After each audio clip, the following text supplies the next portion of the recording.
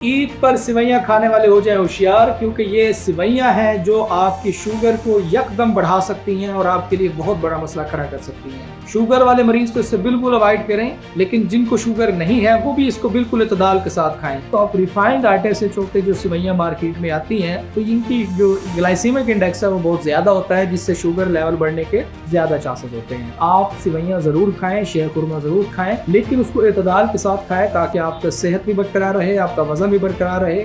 जी, ईद पर सिवैयाँ खाने वाले हो जाए होशियार, क्योंकि ये सिवैयाँ हैं जो आपकी शुगर को यकदम बढ़ा सकती हैं और आपके लिए बहुत बड़ा मसला खड़ा कर सकती हैं। शुगर वाले मरीज़ तो इससे बिल्कुल अवॉइड करें, लेकिन जिनको शुगर नहीं है वो भी इसको बिल्कुल इत्तदाल के साथ खाएं, अदरवाइज़ आप शुगर का शिकार हो सकते हैं। सिवैयाँ ईद पर क्यों खाई जाती हैं, ये कब से शुरू हुआ ट्रेंड, इसको क्यों बनाया जाता है, इसके पीछे रीज़न क्या है, आज की इस वीडियो में हम आपके साथ मुकम्मल डिटेल शेयर करेंगे। इस वीडियो को एंड तक देखिएगा। जब बड़े सगीर में ईद उल फितर पर सिवैयाँ खाना एक मामूल की रिवायत बन चुका है। उसकी वजह क्या है, उसके पीछे 3 रीज़न है। सबसे पहली बात यह है कि इस्लाम इसकी मेन रीज़न है, क्योंकि इस्लाम में ईद उल फितर को मीठी ईद भी कहा जाता है और मुख्तलिफ अहादीस में मीठे पकवान की तरजीह भी दी गई है और मीठे पकवान की रिवायात भी हैं। तो इसके लिए लोग ईद पर मीठे पकवान बनाते हैं, जिसमें बड़े सगीर में लोग शीर खुरमा या इसको सिवैयों के नाम पे याद करते हैं और सिवैयाँ बनाते रहते हैं।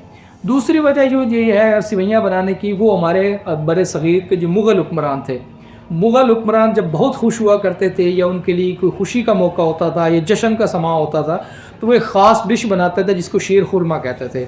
उसमें सिवैयाँ, उसमें खजूरें, उसमें दूध और बादाम मिला के एक ऐसा जानदार सा पकवान तैयार किया जाता था जो एक रिच इन एनर्जी होता था और बहुत ही खुश जायका और सेहतमंद होता था।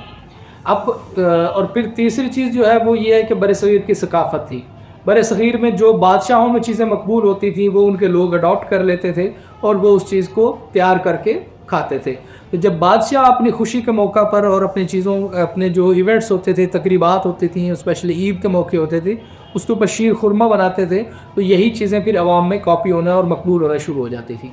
लेकिन उसमें एक डिफरेंस था, वो ये था कि वहाँ लोग अपने घर के गंदम के आटे से खुद सिवैयाँ बनाते थे और फिर उसको धूप में ड्राई किया जाता था। अभी भी आज भी पाकिस्तान के डिफरेंट देहातों में इस चीज़ का ट्रेंड है। लोग खुद सिवैयाँ बनाते हैं और अपने करीबी अजीज़ों को कच्ची सिवैयाँ भी गिफ्ट की जाती हैं कि वो अपनी ईद जो है वो इन सिवैयों के साथ करें।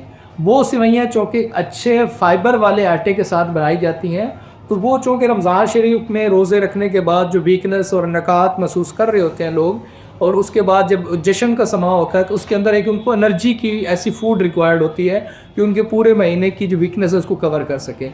तो उसके लिए वो जो आटे की सिवैयाँ होती थी उसके अंदर दूध, बादाम, खजूरें और इस तरह की चीज़ें डाल के उसको पकाया जाता था ताकि वो एनर्जी पूरी की जा सके।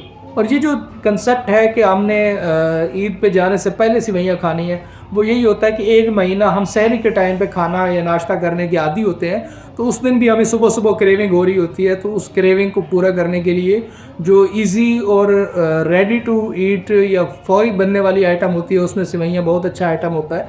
तो सुबह सुबह सिवैयाँ ख़वातीन तैयार करती हैं और मर्द सिवैयाँ खा के चले जाते हैं। अब हम बात करते हैं कि तिब्बी नुक्ता नज़र से सिवैयों के फ़वाइद या नुकसानात क्या हैं। क्या तिब्बी नुक्ता नज़र से सिवैयाँ खाना फ़ायदेमंद है या नहीं है। तिब्बी नुक्ता नज़र से जो इसके 4 ही फ़ायदे हैं और 4 ही नुकसान हैं।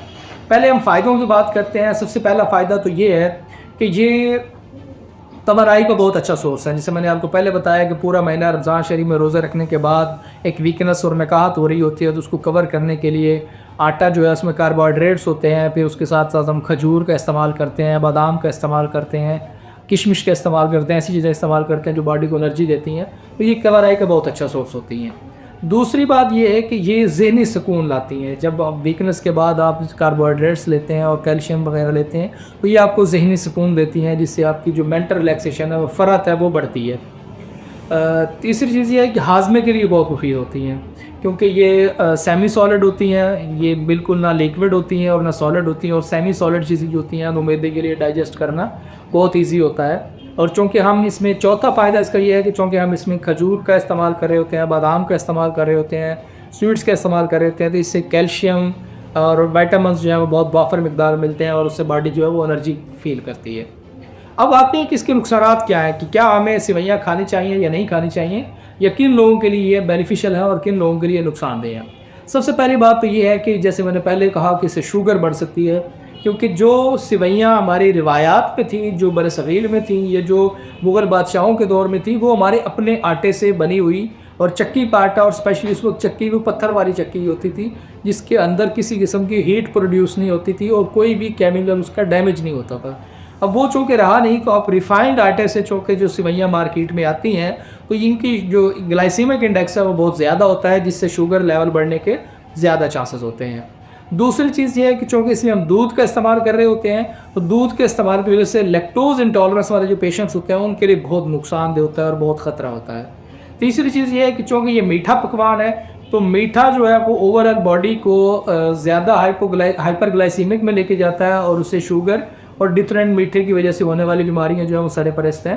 اس میں میٹھے کی وجہ سے تیزابیت وغیرہ اور ایسیڈیٹی اور سینے کی جلن وغیرہ بھی بڑھ سکتی ہے۔ اور چوتھے جو سب سے اہم چیز ہے وہ یہ ہے کہ چونکہ آپ میٹھا کھا رہے ہیں، عید کا موقع ہے، آپ ابھی رمضان سے فری ہو کے آئے ہیں، تو آپ کو جیسے وہ نہیں ایک رکاوٹ کے بعد آپ کو ایک آزادی ملی ہوتی کھانے پینے کی، تو آپ میٹھے کو حد سے زیادہ تجاوز کر جاتے ہیں، جس سے ہائی کیلوریز انٹیک ہوتا ہے اور وزن بڑھنے کا خدشہ زیادہ ہوتا ہے۔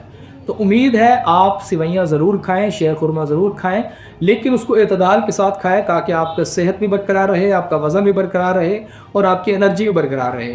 تو امید ہے آپ کو یہ ویڈیو ہماری پسند آئے گی۔ آئندہ ملیں گے ایسی ہی ویڈیو کے ساتھ۔